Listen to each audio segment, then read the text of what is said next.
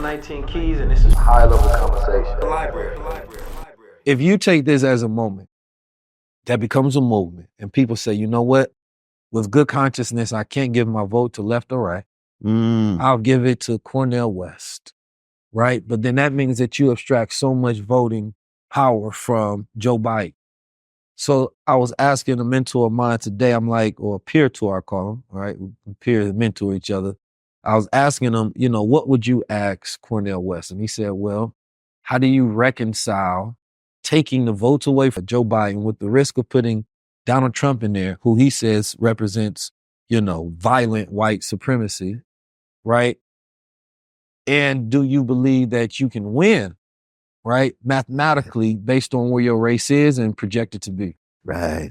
No, boy, you got a lot of good stuff there, man. I'm so thoroughly enjoying this conversation. Yes, sir. Man, I really do. I really do. Thank you for having me.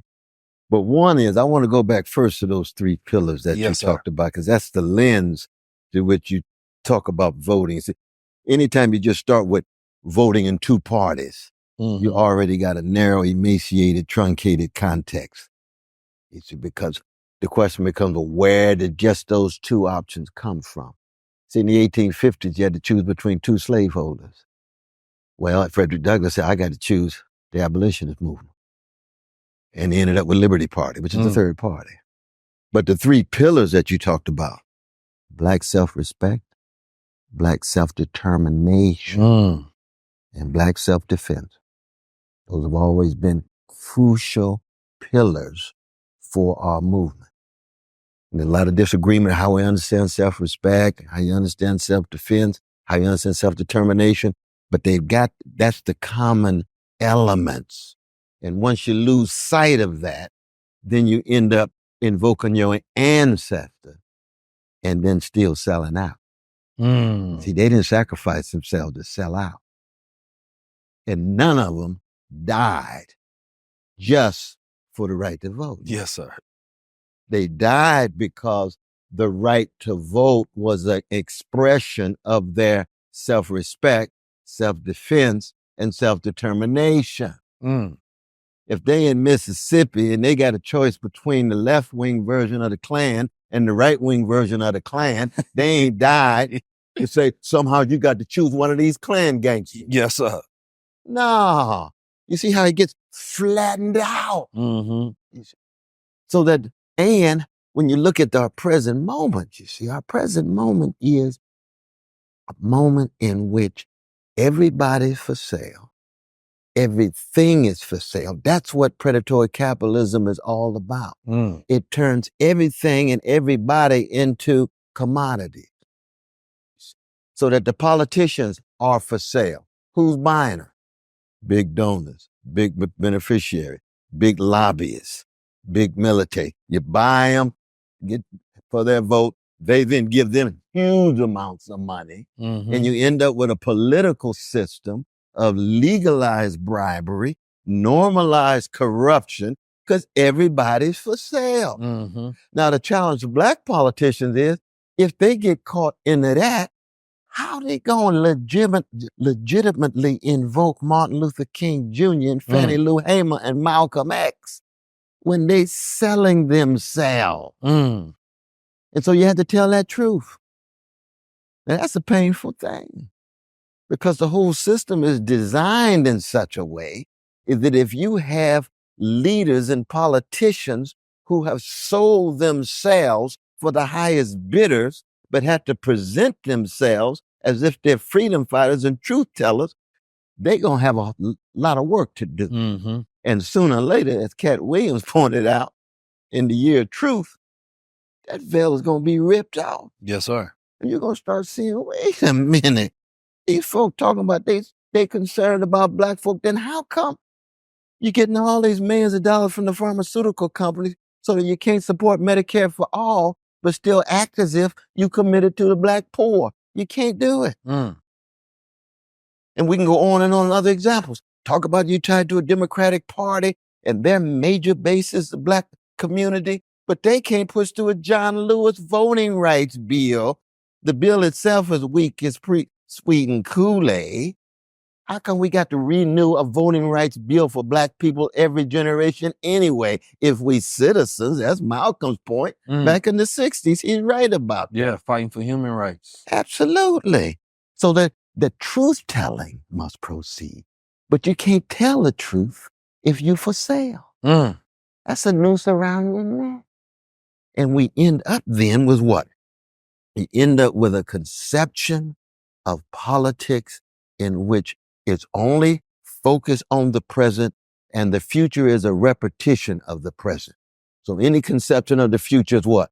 Well, you got to vote for Biden. Got to vote for the Democrats. Black people been voting for these Democrats all this time. Look at all this social misery. Look at this suffering. Look at the gentrification of these folk coming in because they got money-driven, market-driven real estate policies and so forth. The child poverty. What is almost 40% of black children living in poverty, and they gonna tell us this is an excellent economy. No, it ain't. That's a lie. Kamala Harris says it. If James Clyburn says it, this is a great economy. Quit lying. It's not for Jamal and Letitia. It's not for them. It ain't great. You see what I mean? So quit just imitating the mainstream in that sense. But what happens is that you always must stress the three dimensions of time: the past, the future, and the present. So Sankofa, this is what our black nationalist brothers and sisters have taught us, right? Yes, sir. You don't proceed unless you connect with the best of the past. Yes, sir. Well, what capitalist culture does and what the market-driven culture does is try to convince black folk and everybody else, but especially black folk, we don't have access to the best of our past. All we have access is the dynamics of the present. And the dynamics of the present is money, money, money. It's like Wu-Tang Clan, cream. Yes, sir. Cash rules everything around me. They're not rule me, but it's around me. That's the cultural value. That's the dominant hierarchy of value. Money go money, be at the money, top. money. That's number one. Yeah. And just getting over. Survival of the slickest. But that's true for Wall Street. It's true for Silicon Valley. Yeah. It's true for the streets. Yeah. Machiavellianism. That's the Machiavellian we started with. So the question becomes, well, how do we get access to the best of the past? When you get access to Du Bois and Mary Clyde Bethune and Malcolm X and Toni Morrison and James Baldwin, they ain't talking about selling out. They ain't talking about money, money, money, money, money. Right. They're talking about freedom. They're talking about dignity. They're talking about self-determination, self-defense, and self-projection of the best of who we are. So you got connection with the past, intervening in the present for the future to look different. The future's not going to be just a repetition of the present. A future where black dignity is respected, it's going to look very different than the black America that we know. Oakland going to look different. Yes, sir. Southside Chicago going to look different. Yes, It's sir. not to say we don't have pockets of it. We do. You all, work you're doing right now, courageous, visionary, but it's not as pervasive as we would like. Yes, sir. Because the love that we have for our people means we got to love them, correct them, challenge them, affirm them, and never allow them to fall prey to wholesale illusion. And if we tell black folk right now, this is the best we can do, or the standard you all are setting is the standard that all the other young folk are setting. No, that's not true. You all are setting a high standard, and everybody else has to come to terms with those standards, even as you all continually learning and growing and maturing like everybody else. Yes, sir. I mean, it would be like us playing basketball. Michael Jordan show up. We say, oh, shoot, he's just like everybody else. No, he ain't. Right. That brother setting the standard. Yes, sir. You know what I mean? Curtis Mayfield setting the standard. Aretha sets a standard. They ain't like everybody else. They human like everybody else, but they set a standard. So is true in politics. So is true in economics. So is true in spirituality. So is true in our relationships with each other and so forth. And all of us are going to fall short at some time. Yes, sir. All of us do. Now I want to live in my baseline. I want to be in a high level club. Are we low level or high level? This damn product right here got too much stuff in it. It got black seed oil, got cannabinoids, it got lion's mane, and it's 1,000 milligrams, right? It's an ounce of black seed oil, got MCT oil, 1 ounce, 0.5 grams of lion's mane powder. I think that's too much. This right here have your brain super focused and charged all damn day. I took this and I was working from the beginning of the day literally to midnight. Now I got a lot of stuff done, but I shouldn't have been that charged up. I don't think that the products should work that well. So I don't think that you should take this if you don't want to get a lot of stuff done throughout the whole day, because everything in here is amazing for you, but I think it's too much ingredients.